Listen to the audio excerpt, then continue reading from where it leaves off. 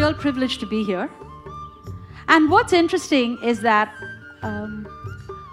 both these amazing people, I hesitated for a moment before calling them people because they have such dimensions to them. But both of them have come to this whole topic of wisdom from very different perspectives. Dr. Chopra comes at this as a doctor, as a scientist, and a very eloquent seeker, and has sort of given us so much to think about, coming at it from a scientific basis and then moving into many more theories and thoughts. Sadhguru comes at it as a mystic, as somebody who has been, who has sort of seen some of the unknowable and has come to us with a whole bunch of knowledge from that angle. But essentially the three broad perspectives, they say, and that's just to set a context and then we can get into the questions, is number one, they say, look, you have to look at the world through a different prism. You have to change your whole prism through which you view your own life, is a broad theme. The second broad theme, if you like, and it ties all back into modern wisdom, the second broad theme is that if you were able to do that, you would have unimmeasurable benefits for the body, and Dr. Chopra has been the expert in talking about the body, and Sadhguru as well, for the mind, because how you experience life is who you are, and then that creates a ripple effect because it makes you better people, and then you could create a better planet. So that's theme number two.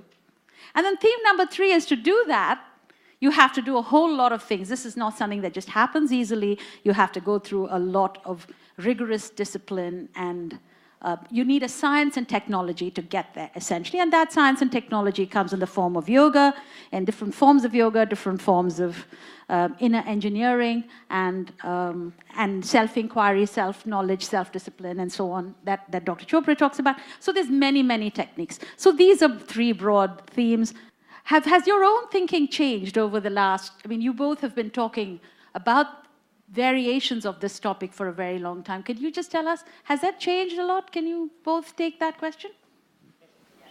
First of all, thank you for that amazing invocation. You really created the atmosphere here.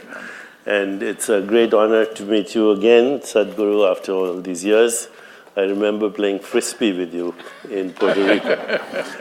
And of course, Dr. Jayaraman, one day I will be like you. Okay? So yeah, my thinking has changed in the sense that when I started moving out of mainstream so-called scientific thinking, I was trying to establish in my mind the connection between mind and body. And over the last 4 decades, I have realized, which has been obvious to great sages throughout the centuries, that there's no system of thought that can access truth or reality, whether it's a scientific system of thought or a mathematical system of thought, or these days we talk about quantum physics. None of these systems of thought can give us the experience of reality, because reality is beyond thought. Reality is inconceivable to the mind. These systems of thought, even scientific systems of thought, create models of reality. Not reality, but models of reality. And we have faith in them because once we understand the model, we can create technology. So we can create jet planes and bombs and mechanized death and internet and all the wonderful things. So we think science gives us access to reality. But even science is an activity in something that is not mind, that is not matter. For lack of a better word, it's a field of awareness, what the great sages call Brahman. And the universe is a modified form of that. Your mind, your body, and the universe out there is all conceived, constructed, governed, and the becoming of a non-local, inconceivable, dimensionless reality which is not in space and time. Now, this is very difficult for the modern person to grasp, okay, but it's actually part of since we're talking about ancient wisdom traditions, if you read the Yoga Vaishishta, it says that which cannot be seen but without which there's no seeing. That which cannot be perceived but without which there's no perception. Cannot be imagined but without that which there is no imagination, creativity, insight, intuition, choice. Everything that we call reality comes from an inconceivable, dimensionless, non-local domain which is not in space-time. So, when Lord Krishna talks about it, water cannot wet it, wind cannot dry it, weapons cannot shatter it, fire cannot burn it, it's ancient, it's unborn, it's not subject to death. Now that's inconceivable to the mind, but it's experiential when you settle into awareness, when you settle into being, when you settle into existence, what is called Satchitananda or Tattvamasi. And you saw the video where he expressed his experience. That's not an intellectual experience. That is a transcendent experience. I'll stop there. Sadhguru, you come at it from knowing. Tell us how your own thinking has changed, how your own knowledge has changed. I mean, I cannot say much about thought because I don't have much thought. This may sound like an oxymoron for people, but the fact of the matter is, most of the time I don't have any thought in me. For me, the phenomena of life that's happening within me always overwhelms everything else. Thought occurs to me only when I want to physically do something, arrange something around me. Otherwise, days on end will pass for me without a single thought. So, maybe I never grew up. In a way, yes, because when it comes to… people ask me, what has been your sadhana? My only sadhana has been that right from my childhood, I never got identified with anything. Either the family, or the culture, or the religion, or the society, or various other things happening around you, including your parentage, your siblings. I was involved with them, but never identified with anything. If human intelligence does not tie itself down with identity, every human being will realize the nature of life. Human intelligence is capable of figuring this. When I say intelligence, as Deepak pointed out, it's beyond the thought process. Unfortunately, because of the type of education systems we have today, we are completely committed to one dimension of our intelligence, which we call as the intellect, which is just the thought process. Thought can only happen with the data that you have gathered through five senses, which is very limited, one thing. Another thing is, the nature of data that the senses gather are only useful for survival process. The very nature of how you see things, how you hear, smell and taste and touch life is only relevant for survival process. If you wanting to know the life itself, then these instruments of perception are no good. Even what is light and darkness is a debate between you and another creature which sees darkness as light, isn't it? If you sit with an owl and start an argument as to which is light and which is darkness, it's an endless argument, but who do you think is right? Hello? If you're saying both, you're either in the diplomatic corps or you have a successful marriage. Some have both. You have learned to say both, but which is the truth? What I see is the truth or what the owl sees is the truth? That's not the point, it is just that Nature has opened up our sense perception as it is necessary for our survival. Accordingly, it has opened up sense perceptions for different creatures as it is necessary for their survival. But if survival is all you're seeking, this is good enough, the five senses. But once you have come as a human being, somehow survival is not good enough. If your stomach is empty, there's only one issue about food. But once the stomach becomes full, you have 100 issues going on. So the nature of the human being is such, no matter what you do, you want to be something more than what you are right now. And if that something more happens, something more, it's an endless pursuit. So somewhere, a human being is seeking a limitless expansion, but trying to do it with physical means. The very nature of physicality is a defined boundary. If there is no defined boundary, there is no possibility of physical happening in the universe. But now, a human being is longing for the boundless, that too in installments and through physical means. Through the boundary, you're trying to become boundless. The desire is fantastic, the method is hopeless. Because the moment you identify yourself with something, your intellect's work is just to protect that identity. If you… whatever the identities of nation or family or gender or race, religion, whatever, the moment you identify yourself with something, your intellect will only function around that to protect that. So, it is a certain type of prejudice the moment you're identified.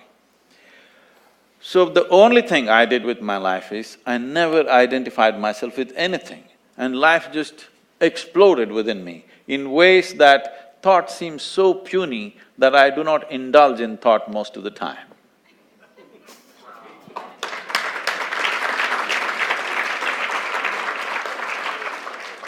You know, what you're saying, for all of us here, in some way, shape or form, we all pride ourselves on thinking human beings. This is a tough pill to swallow. Thinking is just recycling of the data that you already gathered. So, what is the leap of faith that you go from this perspective of thinking and thoughts to we don't belong to anyone, you know, we are not identified with any instrument, with any sort of localness. And I know both of you have spoken about that. The thing is, this is not something that people will not get. They will get this. This is not some great teaching I'm telling you. If you get it right now in your life will transform in ways that you can't imagine possible. Otherwise, someday you will get it from the maggots. You will understand you don't belong to anything. So, the entire culture of what you're calling as Bharat is about Vairagya. The word Vairagya means… Rag means color, Vairag means beyond color. But if you say colorless in English language, it is a very negative connotation of being colorless. Let's put it as transparent. Because it's transparent, it can take on the color of anything right now. Right now, if my background is red, I'm red. If it's yellow, I'm yellow. I'm picking the colors from you, okay? Thank you, I appreciate it. Well, blue and gold aren't bad either. Dr. Did you have something to add to that? Just to elaborate on what he said. You're listening to us here. Now, just for a moment, turn your attention to who or what is listening. What he experiences being, right? Another word for awareness or existence. It's not a thought. Thought is what creates the subject-object split. Being is all there is, and being is not a thought. Okay, so, as even now, if I asked you, are you aware? That's being. Now, everything else is just a modulation of that. It's a feeling or a thought or a sensation or a perception. We call that the mind, we call that the body, we call that the universe. But all there is being and its modulations.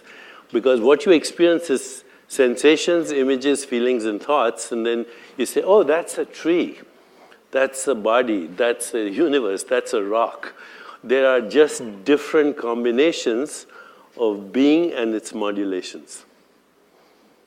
Did you all understand that?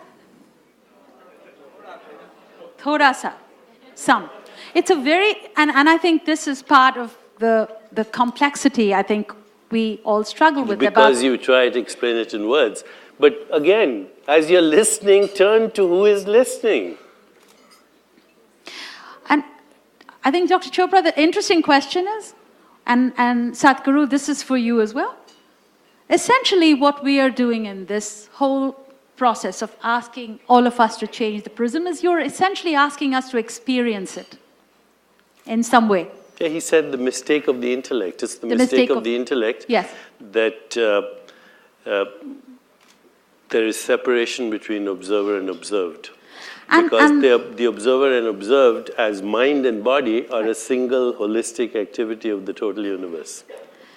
And if you go back, I think in the earlier session, there was quotes from the Gita, and I know you all, and you've spoken about that as a Sadhguru, about, and so the whole... I have not now, but Not basically, but I'm sorry, then it was, Dr. Chopra, you had spoken about the different forms of the different forms of yoga that have been, the Raja Yoga, the Bhakti Yoga, the path of devotion, and we know that it's been spoken about in the Gita.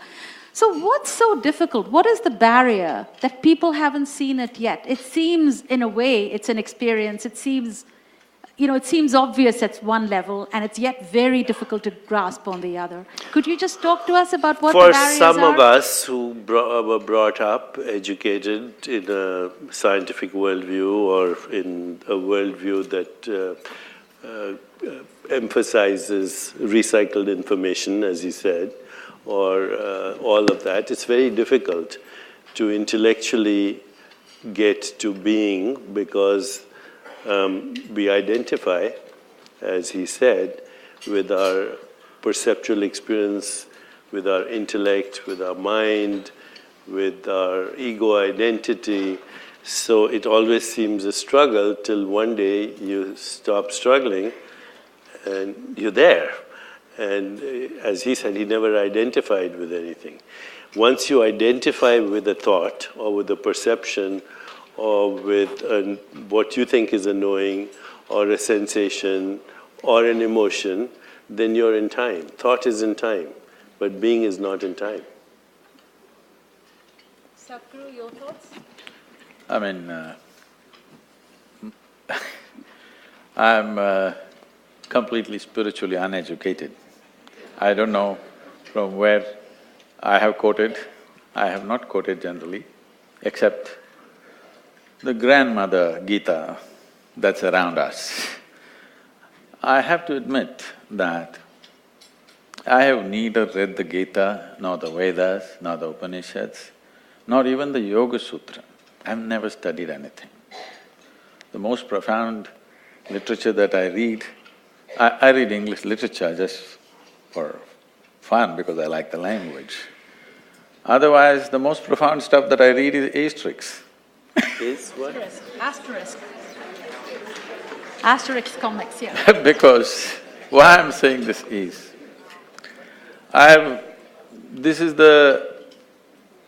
this is what it is. For example, a modern scientist is trying to mathematically deduce the reality.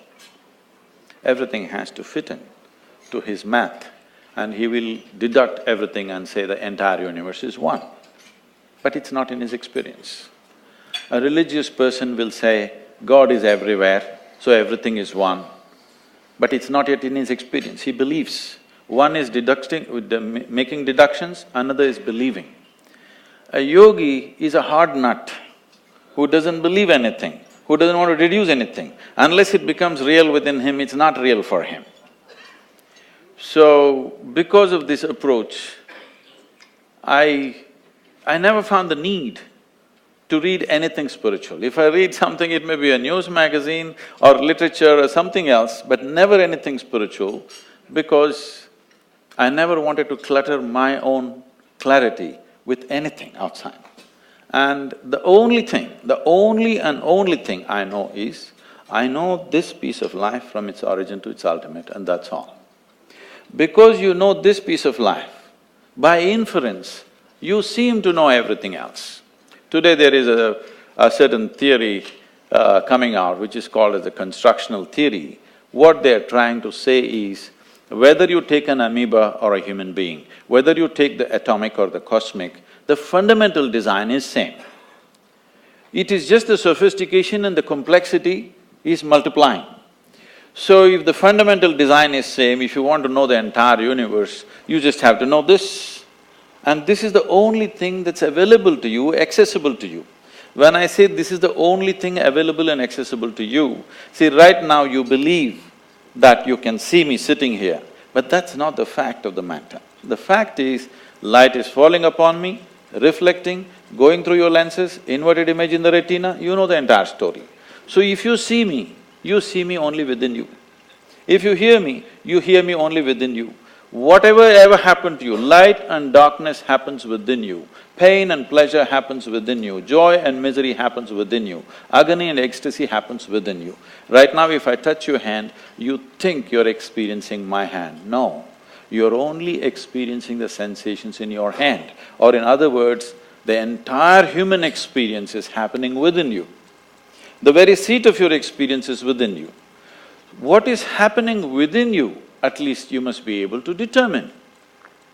What is happening within you must happen the way you want it.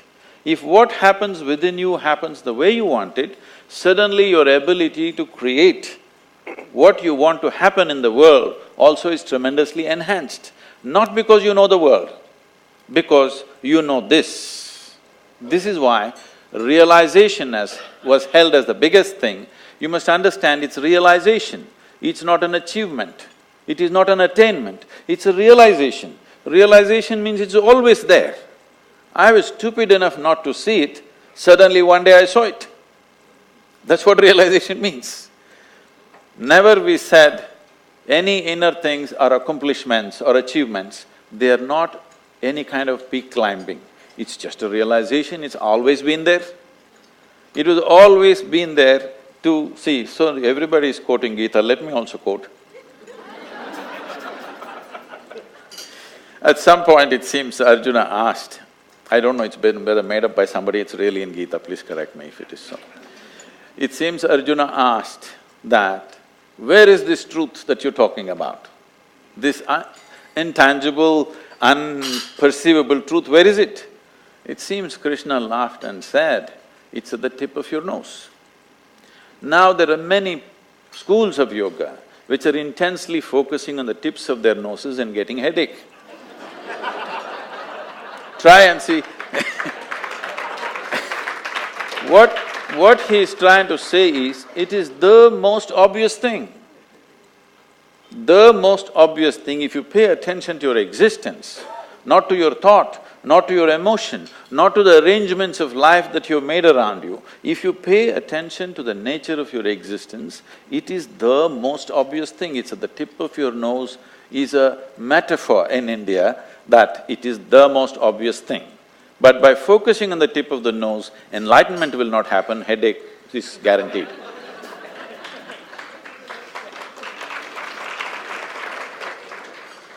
So picking up on Sadhguru's point, Dr. Chopra, so what is scientific inquiry in this, with this construct? Which is, hey, it's realization, it is a knowing. And what… You know, Sadhguru is one of the few lucky ones. I've known two other people who said what he said, that I thank God I never read anything. One was Maharishi Mahesh Yogi. He used to always say, thank God I never read anything because it would have cluttered my mind. And the other was Krishnamurti. He would say the same thing, that, you know, the more you read, the more you clutter your mind. And he also would say, I've never read anything. So that's unusual. He happens to have fallen into existence because he fell into existence, okay, or awareness, or whatever you want to call it, being. I was not, I struggled, okay. I read all the scientific literature, medical literature, psychology, Jungian psychology. I read the Bhagavad Gita, every single translation. I read Rig Veda, I read Yoga Vasishtha, I read Kashmir Shaivism, Vedanta, all of that. No, you shouldn't. Your mind will get cluttered. So at this stage in my life, I also want to know what they said in the past. Yeah, well, they said what you're saying. I mean, they said exactly what you're saying. But for me, as a person who had been trained to look at things scientifically, it was both a struggle and a need, because reality is not a map, and yet science gives us maps. The Yoga Vasishtha gives us a map, Patanjali gives us a map, the Bhagavad Gita gives us a map. Some of us need maps. Okay, if I'm going from here to Boston and you give me a map, a road map, or a contour map, or a sea map, or an air map, and I take the road map and I get to Rhode Island and it works. Now I get this. I think the reason why I didn't read the maps is, I met someone who was a GPS. That's good. But GPS is also a map, right? Sadhguru, I thought you said GPS is the guru positioning system. Yeah. It's your term. So once you use a map and it works for… the map seems valid from here to Rhode Island, then I assume, poor me, who's not had this experience of falling into the place of no thought, then I say, if the map is working up to here, maybe it works from here to there as well. So it's a kind of a psychological validation. And I'll just stop in a moment, but for the last 10 years at our center, when we teach people to sit in reflection, contemplative self-inquiry, or transcendence, or take them through what we call the wheel of awareness, vipassana, or body awareness, or awareness inside the body, or awareness of mental space. We've been doing it now for 25 years. But last 5–10 years, we've been able to look at the brain, we've been able to look at gene expression, we've been able to look at cell markers of aging, telomerase, telomere length. We've been able to look at what are called inflammatory markers. In other words, everything that's happening in the body at a biological cell level. 23,000 genes, 3.3 million bacterial genes. Actually, your body is more bacteria than it is human cells, the microbiome. So we're looking at those genes. And then we're looking at what is called the epigenome, which is the shell of proteins outside the genome, and how these work together. And what we are finding is remarkable. In the beginning, nobody would believe us, but now we have collaborations with Harvard, UCSF, UCSD, Scripps, with digital technology, with Duke University, with Mount Sinai. We can look at a blood sample, and we can tell you, just by looking at the blood sample and the gene expression, if you're experiencing samadhi occasionally or not, if your mind is quiet or not, if you're falling into the place where he even whether our parents experience this. Parents too. In fact, the epigenetic shows that your experiences now, which are not in your brain, by the way. Everybody says, my experience is in my brain. It's not in your brain. Your experiences are not in your body. Your experiences are in a non-local consciousness, which is not in space-time. But whatever, that's a whole different discussion. But we can now, in fact, our collaborator, and this is a joke actually, but it tell you where science is. One of our collaborators, who's Eric Schott here at Mount Sinai, he does genomic expression, he does RNA transcription, he looks at what is called the transcriptome. And he showed a slide. He says this is a genetic signature of people who are experiencing samadhi. And these are people that he had studied at our center. So somebody asked him in the audience, they said, Dr. Shah, do you meditate? He said, no. He says, are you going to learn? He said, no. He said, but you just showed us the signature, the genetic signature of somebody who does. He says, yeah, but I'll figure out how to make a drug out of this. So what Deepak is saying is, if your children are brats, it's you. Yes, it is you. It is you. 7 generations. You know, in Hawaii they have these temples and cow farms. If a cow has been zapped electrically, the next generation of cows will not go to the fence. They already know it's electrical and they might get shocked. Okay? Then the following generation. Now, people have done experiments right here where you take mice and you have them smell wintergreen, which is a very pleasant smell. Then they get mild electrical shocks. The next 7 generations of mice will be scared by smelling wintergreen. So, this is the first window that's opening into what we call sanskaras or vasanas. You know, you have 2 identical twins and they have the same genome. In fact, exactly the same genome. But they're not the same people, right? They have different, mother will tell you that they have different personalities. Where is the seat of this personality? Where is it coming from? This is why science opens the window to what people already knew, actually, in our tradition. And it's interesting that even if science opens the window, and I think both of you have said it in different ways, that it's just a very small, you know, it's still like, boiling the ocean in a kerosene stove, because science can only go so far because there's so many forms of knowing and so many forms of seeing, as you have said. So it's a challenge, I imagine. Even science is a series of realizations, okay? I mean, science is not outside of this. Science has evolved because of series of realizations, but happening in small spurts, not grasping the entirety of it, but in bits and pieces, realization and realization and realization, this is what it is. We say he discovered something, but what it is he observed something. He realized that this is the way it works, some aspect of it. And knowing the physical dimension of how it functions allows you to do many things with the physical world, which you see in the form of technology today.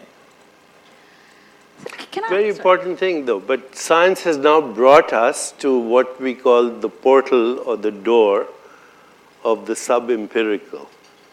And the sub-empirical is less than 0.01% of the unmanifest, which is scientifically unknowable, not unknown, unknowable, because how do you measure something that is totally unmanifest? It's not in space-time, okay?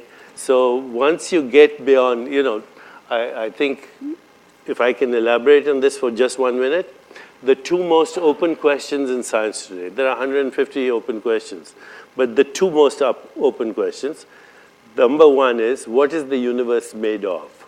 And the answer is we don't know, because 96% of the universe is invisible, what they call dark energy, dark matter, but it's not, those are words. They don't know exactly what it is. One is expanding the universe, one is contracting the universe.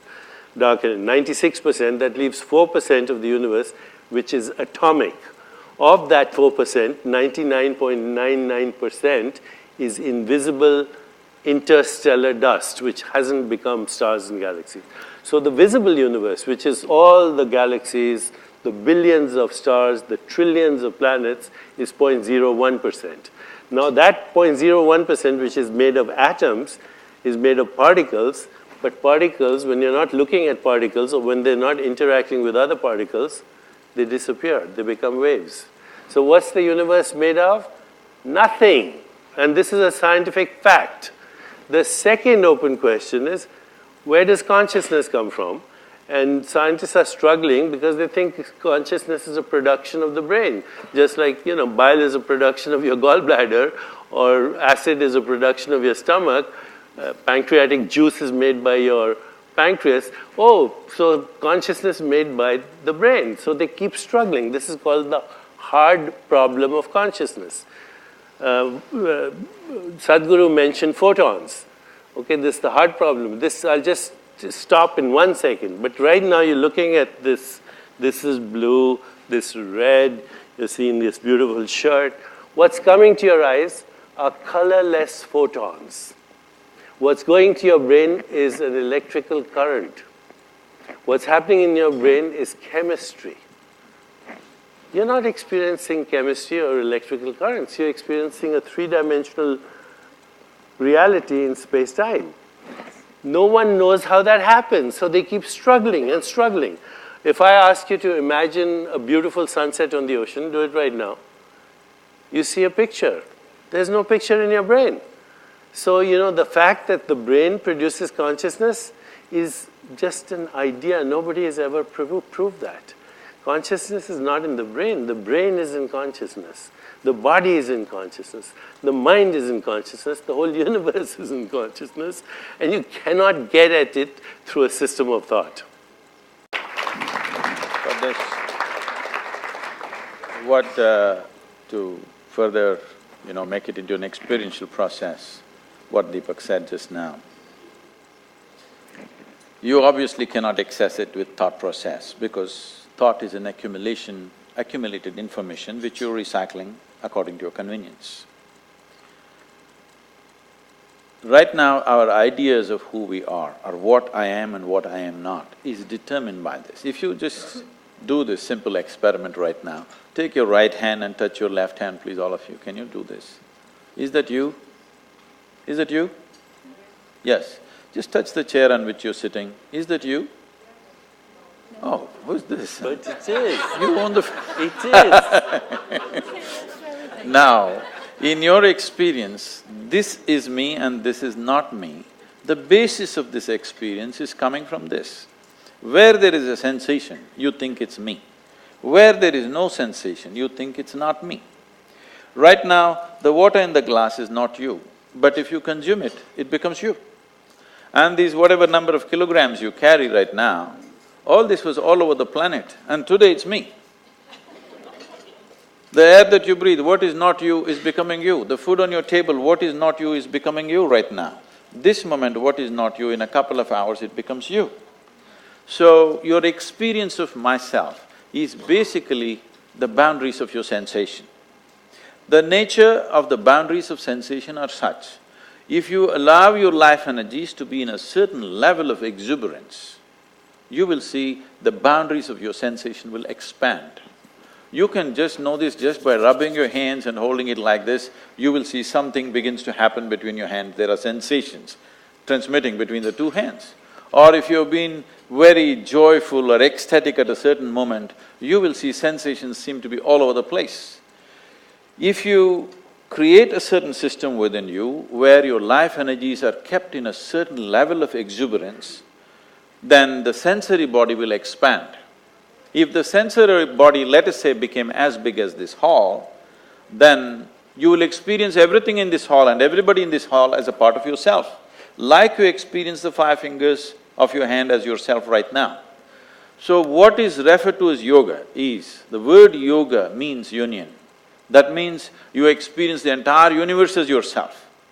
This is happening because you are in such a state of… you have found a mechanism by working with the body, by working with the mind, by working with the emotion and energy, you have set up a step-by-step system within yourself where your energies are kept at such a level of exuberance that your sensory body is as large as the universe. So if you sit here, you experience the entire universe as myself. Once you experience everybody around you as yourself, then I don't have to tell you, don't kill this person, don't rob that person, don't harm this… all morality will be useless for you because you have experienced everything as myself. You don't have to try to be good. Your goodness is a consequence. Your goodness is not an effort. What he says, he's saying it experientially, okay? But the fact is, if you ask scientists, are there any boundaries in the universe, they'll tell you there isn't. Every boundary is notional or perceptual, and we don't know how perception occurs anyway. So, boundaries are conceptual ideas. There are no boundaries in the universe. And there are no boundaries to your skin. In fact, what he said is your body is the entire ecosystem. It's not only the entire ecosystem of the planet. The carbon, the hydrogen, the oxygen, the nitrogen came from galaxies. So the carbon in your fingernails and the hydrogen in your eyes or the oxygen in your blood could have come from different galaxies. You are the total universe at this moment, a pattern of behavior in space-time. And before I say Jack Robinson, you're a different activity anyway. There is no permanent activity as a noun. You are not a noun, you're a verb. And the verb is the activity of the total universe. I, the most frequent word we use is I. So I say, where are you? You say, I'm here. Okay. And so then I can ask you, okay, you're here, but where am I? You say, you're there. You say, where is the I in you experiencing seeing me? I do this with neuroscientists, and they'll say, in my eyes. I say, your eyes are this big, they're 9 centimeters apart, the retina is curved. By the time light gets into your retina, it's inverted, you should be seeing two of me about this size, upside down, 9 centimeters apart. You're not having that experience. Then they point to the brain and say, how do I fit inside your brain? How does this room fit inside your brain? How does the whole world fit inside your brain? There's no answer for this in science, by the way. Rumi, there's a beautiful poem. Look at your eyes. They're so small, they see enormous things. So where is the I that is experiencing this conversation right now? Where is it? It's the wrong question. It has no location in space or time. That is who I is. And the whole universe is in I.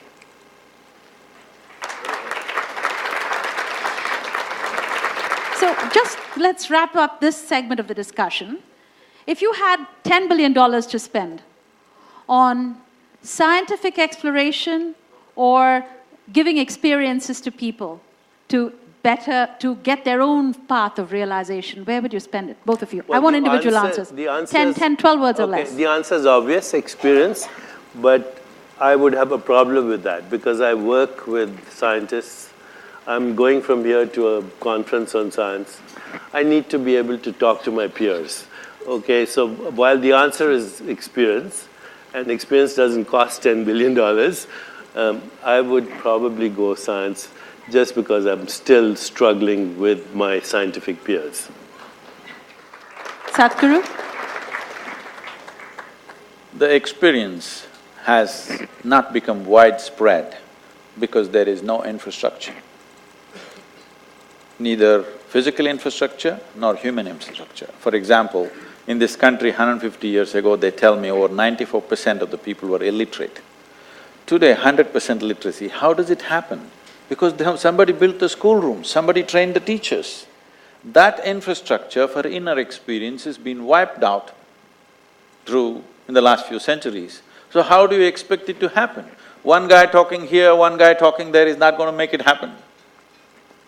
What should be a part of our life from the day we start? Because the nature of human intelligence is such that if you don't mess it up with belief systems, every human being will find it. Too many concepts, too many ideas, too many belief systems. Human intelligence is corrupt from the beginning. If you do not corrupt human intelligence, just leave it. Every human being is capable of knowing this. It is not some superhuman thing. The most important thing to remember is this yoga, this spiritual process is not about becoming superhuman. It is about knowing that being human itself is super.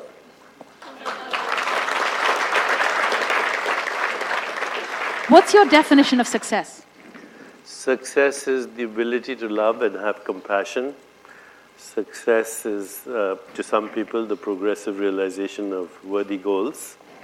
Success ultimately is knowing who you are. Sadhguru? If you can be blissed out no matter what's happening around you, if you can be involved and still not be affected by what's happening around you, not by removing yourself, you're absolutely involved but untouched by the process of life, I think that's success. second question, where we'll go a little bit into the world phase. What advice would you give Angela Merkel today? Compassion or sovereignty? It's obvious, compassion. There's no such thing as sovereignty. I think all nationalism is a sophisticated form of tribalism. I think your essential being has no religion, no race, no gender, no assumed identity. It's pure consciousness. So obviously I would say compassion. Let them all in, the migrants here. Being a very big economic force, what she's managing right now, I would say if they do not invest in conflict, we won't even need their compassion. People will be fine by themselves. You should stop investing in conflict. I have heard people going to Sudan and trying to stop conflict there, conflict here, leave all this. You know who is supplying the guns, you know who is supplying the ammunition. Every day you see these terrorists or whatever shooting in the sky, obviously there's no dearth for ammunition, isn't it? They're not even shooting at the people. They have lots of it, they're shooting the sky. So obviously, someone is continuously supplying. We know where it is manufactured. I will give you the addresses if you want. Just stop it. Stop the supply of ammunition. You can't take away the guns, all right? You can take away the ammunition. At least hacking down people, they will get tired at least. Right now, there is powerful mechanisms to do this. So if you do not invest in conflict, if you do not invest in creating problems in the world, we will not need your compassion.